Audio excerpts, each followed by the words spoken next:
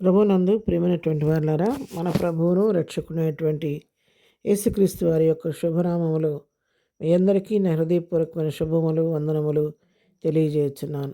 ఉదయకాల సమయంలో దేవుని వాక్యాన్ని మనం ధ్యానం చేసుకుందాము. ఈరోజు వాక్య ధ్యానం కొరకు మనం తీసుకున్నటువంటి లేఖన భాగము యోహాను సువార్త 15వ అధ్యాయము 4వ వచనం చదువుకుందాం. నా యందు నిలిచియుండుడి, మీ యందు నేనును నిలిచియుందును. తీగ ద్రాక్షవల్లిలో నిలిచి ఉంటేనే కానీ తనంతట తానే ఎలాగ ఫలింపదో, అలాగే నా యందు నిలిచి ఉంటేనే కానీ మీరును ఫలింపరు. దేవుని నామమునకు మహిమ కలుగును గాక. ఉదయకాల సమయంలో నా దేవుడు తన బిడ్డలైనటువంటి వారు ప్రభువులో అంటుకట్టబడిన స్థితి కలిగి ఉండాలని కోరుకుంటూ ఉన్నాడు.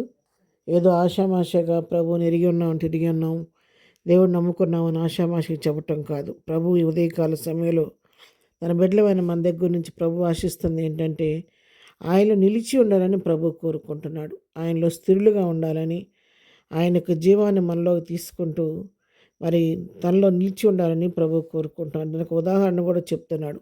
ఒక తీగ ద్రాక్ష వరిలో నిలిచి ఉంటే చక్కని ఫలాలు ఆ తీగలో నుంచి రావడం మనం గమనిస్తూ ఉంటాం.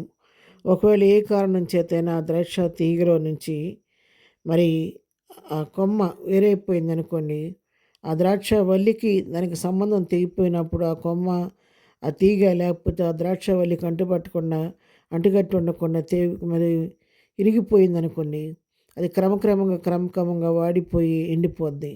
దానిలోకి సారం అనేది రాదనమాట. అందుకని ఇక్కడ ఏ వాక్యం సెలవిస్తుందంటే, తీగ ద్రాక్ష వల్లి నిలిచి ఉంటేనే కానీ తనను ఎలాగ ఫలింపదో, అలాగే నా యందు నిలిచి ఉంటేనే కానీ మీరును ఫలింపురు అని దేవుని వాక్యం సెలవిస్తుంది. అవును పిల్లారా, మనం ప్రభు కొరకు శ్రేష్టమైన ఫలాలు ఫలించాలంటే మనం ప్రభువులో నిలిచి ఉండాలి. క్రీస్తు యేసును కలిగిన ఈ మనస్సు మీరును కలిగినుడి అని చెప్పి దేవుని వాక్యం సెలవిచ్చినట్లుగా ప్రభువులో నిలిచి ఉండి ప్రభువు కలిగిన స్వభావాన్ని మనం అలవర్చుకుంటే, ఆయన స్వరూప్యంలోకి మనం మార్చబడితే, ప్రభు యొక్క సారాన్ని మనలోకి మనం తీసుకుంటే, మనము కూడా ప్రభువుకు తగినట్టుగా ఈ లోకంలో జీవించి ప్రభు కొరకు శ్రేష్టమైన ఫలాలు మనం ఫలింపగలుగుతాం. ప్రభువు మన దగ్గర నుంచి ఫలములు ఆశిస్తాడు. అని ఈ లోకంలో సంచరించినప్పుడు ఆకలిగా ఉన్నప్పుడు అంజూరపు చెట్టు దగ్గరికి వెళ్ళాడు. అది బాగా పచ్చగా నవనవలాడుతూ ఆకులతో దట్టంగా ఉంటే, మరి నాకు ఫలాలు ఉన్నాయేమని ఆకలి కొని వెళితే ఒక్క ఫలము కూడా లేకపోతే ప్రభువారు చాలా నొచ్చుకొని వెంటనే దాన్ని చెప్పించేశాడు. ఆ విధంగా ప్రభు మన దగ్గర నుంచి ఆయన ఫలాలు ఆశిస్తూ ఉంటాడు. మనం మన చిన్న బిడ్డలు ఎదిగే పొంది వారిలో అభివృద్ధిని ఎట్లాగా మనం కాంక్షిస్తాము. తల్లిదండ్రులైనటువంటి వారి బిడ్డలు ఎదుగుతూ ఉంటే వారు చెప్పే చక్కని మాటలు ఒక అభివృద్ధిని రోజుకు వస్తున్నటువంటి మార్పును చూసి మనం సంతోషించినట్లుగా మన తండ్రి అయిన దేవుడు కూడా ఆయన అంటుకట్టబడిన మనం రోజు ఆయనలో అంటుకట్టబడి ఎదిగి ఫలించి శ్రేష్టమైన ఫలాల వారి కొరకు ఫలించేవారుగా, ఆయన పోలి లోకంలో జీవించేవారుగా ఉండాలని ప్రభు మన దగ్గర నుంచి కోరుకుంటూ ఉంటాడు. 15వ అధ్యాయంలో 7వ వచనం చూస్తే, నా యందు మీరును మీ యందు నా మాటలు నిలిచి ఉండినట్లా మీకేది ఇష్టం అడుగుడి, అది మీకు అనుగ్రహింపబడును. అంతేకాదు, మనం ఆయన నిలిచి ఉండటం వలన ప్రభు మనోడు సంతోషించడం మాత్రమే కాదు, ఆ విధంగా నిలిచి ఉన్నప్పుడు ఏం చెప్తున్నాడంటే, నాలో మీరు నిలవండి, అంటుకట్టుబడి జీవించండి, అప్పుడు నన్ను అడగండి, మీకు ఏది కావాలని అడిగితే మీరు అడిగిన దాన్ని తప్పకుండా మీకు నేను అనుగ్రహిస్తానంటున్నాడు.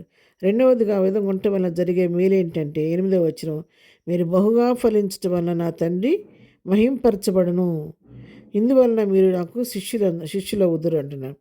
అంతేకాదు, మనం బహుగా ఫలించడం వలన మరి తండ్రి మనల్ని బట్టి మహింపరచబడతారంట. నిజంగా వీళ్ళు దేవుని బిడ్డలని చెప్పి లోకం మనం చూసి సంతోషిస్తుందంట. మరి అంతేకాదు, మీరు శిష్యులని పిలువబడతారని చెప్పని ఉంటుంది. మరి ఎలాగ మనం ఆయన అంటుకట్టుబడి జీవించగలుగుతాము అనే దాని గురించి మనం చూస్తే, యోహాను సువార్తలోని 6వ అధ్యాయం 56వ వచనం చదువుకుంటే, నా శరీరం తిని నా రక్తం త్రాగబడి నా యందును నేను వాని యందును నిలిచి ఉందము. చూసారా, ఎవరైతే యేసు మారు మనసు పొంది పశ్చాత్తాపడి బాప్తిస్మం పొందుకొని ప్రభు యొక్క శరీరం తిన రక్తం త్రాగుతూ ఆయన రక్తమాంసాల్లో పాలు పంచుకునేవారు, వారితో పాటు వారిలో ప్రభుతో కూడా వారు కలిసి ఉంటామని వాక్యం సెలవిస్తుంది.